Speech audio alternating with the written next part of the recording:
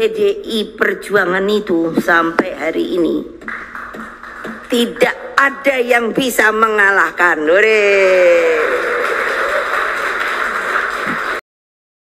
Megawati klaim PDIP tak terkalahkan meski Pilpres 2024 berakhir pahit.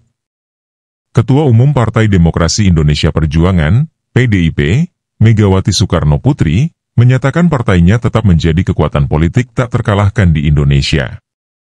Pernyataan itu ia lontarkan dalam pidato peringatan Hari Ulang Tahun HUT PDIP ke-52 yang digelar di Sekolah Partai PDIP, Lenteng Agung, Jakarta, pada Jumat, 10 Januari 2025.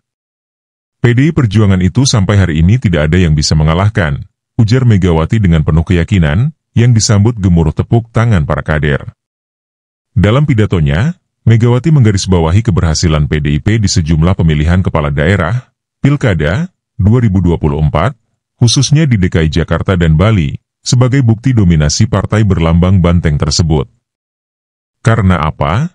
Menang, gua mainin deh silatnya. Tak, katanya berseloroh, membuat suasana menjadi cair di tengah suasana perayaan yang sederhana.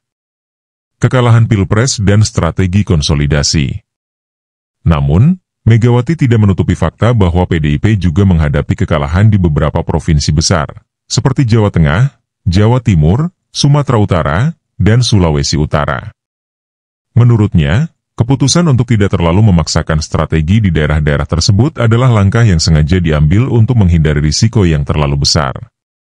Aku tuh cuma mikir gini, kalau nanti saya bener-bener main silat banget. Terus kalau ada apa-apa terus piye? Ya sudah aku cuma mikir, ya sudah gak apa-apa deh, ujarnya. Meski kalah di tingkat provinsi di beberapa daerah, Megawati menekankan bahwa PDIP berhasil menebus kekalahan tersebut melalui kemenangan di tingkat kabupaten dan kota. Hal ini, katanya, membuktikan bahwa PDIP masih mendapatkan tempat di hati masyarakat. Begitu di atasnya itu pada gak jadi. Di bawahnya dong, boleh dilihat, kemenangan, kabupaten, kota, dan lain sebagainya. Itulah yang membuat kita masih tetap number one, tuturnya dengan nada optimis. Kekecewaan atas kekalahan di Pilpres 2024. Acara HUT PDIP kali ini digelar secara sederhana, berbeda dari perayaan tahun-tahun sebelumnya. Megawati mengakui bahwa kekalahan pasangan Ganjar Pranowo dan Mahfud MD dalam Pilpres 2024 menjadi salah satu penyebab utama perayaan tahun ini tidak dibuat secara besar-besaran. Kami harus introspeksi, kenapa pasangan kita belum dipercaya oleh rakyat untuk memimpin Indonesia. Ini menjadi PR besar bagi kita semua, katanya. Selain itu, Megawati juga menyebut kondisi ekonomi nasional yang sedang tidak stabil sebagai alasan lain untuk menggelar perayaan secara sederhana. Refleksi dan harapan ke depan.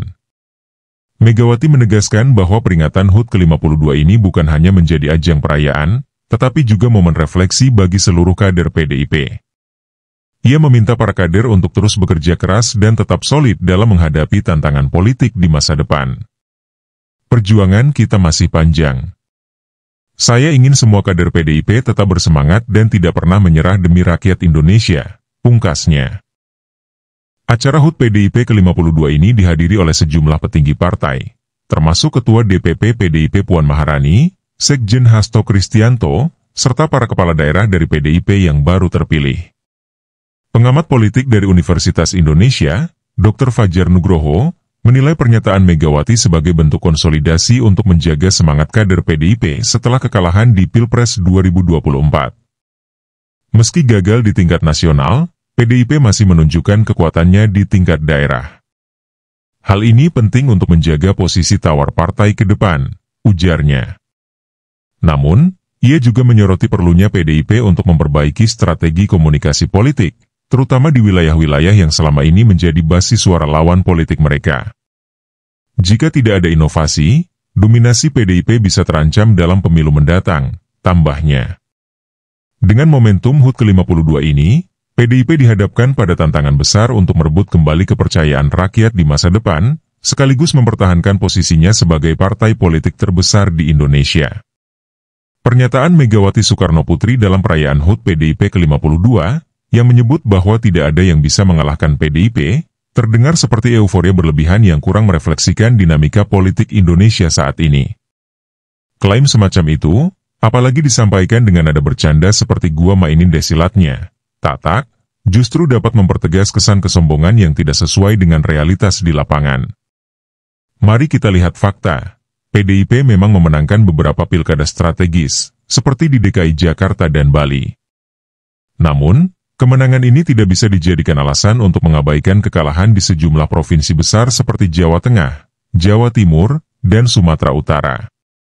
Kekalahan di daerah-daerah tersebut menunjukkan adanya keterbatasan strategi dan penurunan kepercayaan publik terhadap partai ini, terutama di wilayah yang pernah menjadi basis suara PDIP. Pilkada bukan segalanya. Klaim Megawati bahwa kemenangan di tingkat kabupaten dan kota menjadi bukti dominasi PDIP juga perlu dikaji lebih jauh.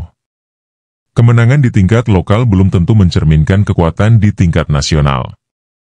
Dalam demokrasi, konsistensi dalam memenangkan hati rakyat di berbagai level adalah tantangan yang jauh lebih berat dibandingkan sekadar mengamankan kursi di beberapa daerah tertentu. Apalagi, kekalahan pasangan Ganjar Pranowo dan Mahfud MD dalam Pilpres 2024 adalah pukulan telak yang tidak bisa diabaikan begitu saja. Kekalahan ini menunjukkan bahwa PDIP tidak mampu membaca aspirasi rakyat secara menyeluruh, meskipun memiliki kandidat yang dianggap populer. Kegagalan mengelola kesederhanaan dan empati. Alasan Megawati untuk menggelar perayaan HUT PDIP secara sederhana karena kondisi ekonomi bangsa sedang tidak baik-baik saja adalah langkah yang tepat. Tetapi kesan yang muncul justru bertolak belakang ketika pidato yang disampaikan bernuansa sombong. Di tengah kesulitan yang dihadapi rakyat, pernyataan seperti PDI Perjuangan sampai hari ini tidak ada yang bisa mengalahkan justru terkesan tidak peka. Sebagai pemimpin partai yang mengklaim mewakili suara wong cilik, Megawati seharusnya lebih fokus pada introspeksi dan merancang strategi baru untuk menjawab kegagalan PDIP di beberapa wilayah strategis. Kepemimpinan yang sombong hanya akan menjauhkan rakyat dari partai, apalagi di era digital, di mana masyarakat semakin kritis terhadap retorika politik yang tidak dibarengi dengan aksi nyata. Waktunya untuk rendah hati dan bergerak maju. Kesombongan bukanlah ciri pemimpin yang bijaksana. Di usia ke-52 tahun, PDIP seharusnya menggunakan momentum ini untuk merefleksikan kekurangan dan memperbaiki strategi politiknya. Megawati dan jajaran PDIP perlu memahami bahwa kekuatan politik sejati tidak hanya diukur dari jumlah kemenangan dalam pilkada, tetapi dari kemampuan mendengar, memahami, dan menjawab kebutuhan rakyat secara berkelanjutan. Jika PDIP ingin tetap relevan di masa depan, retorika kemenangan yang kosong harus digantikan dengan langkah konkret yang menunjukkan keberpihakan pada rakyat. Bukannya membanggakan kemenangan yang parsial, Megawati harus menunjukkan bahwa PDIP adalah partai yang berani berubah, rendah hati, dan siap menghadapi kritik demi memperbaiki diri. PDI Perjuangan itu sampai hari ini tidak ada yang bisa mengalahkan.